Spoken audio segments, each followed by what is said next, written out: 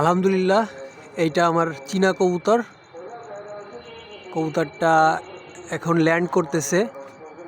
এখন টাইম হলো গিয়ে সন্ধ্যা 6টা 9 মিনিট। আলহামদুলিল্লাহ, কবুতরটা ল্যান্ড হয়েছে।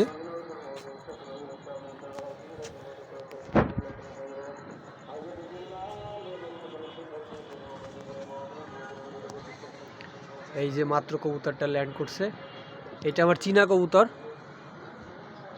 এই যে কবুতরটা ল্যান্ড করছে, আলহামদুলিল্লাহ।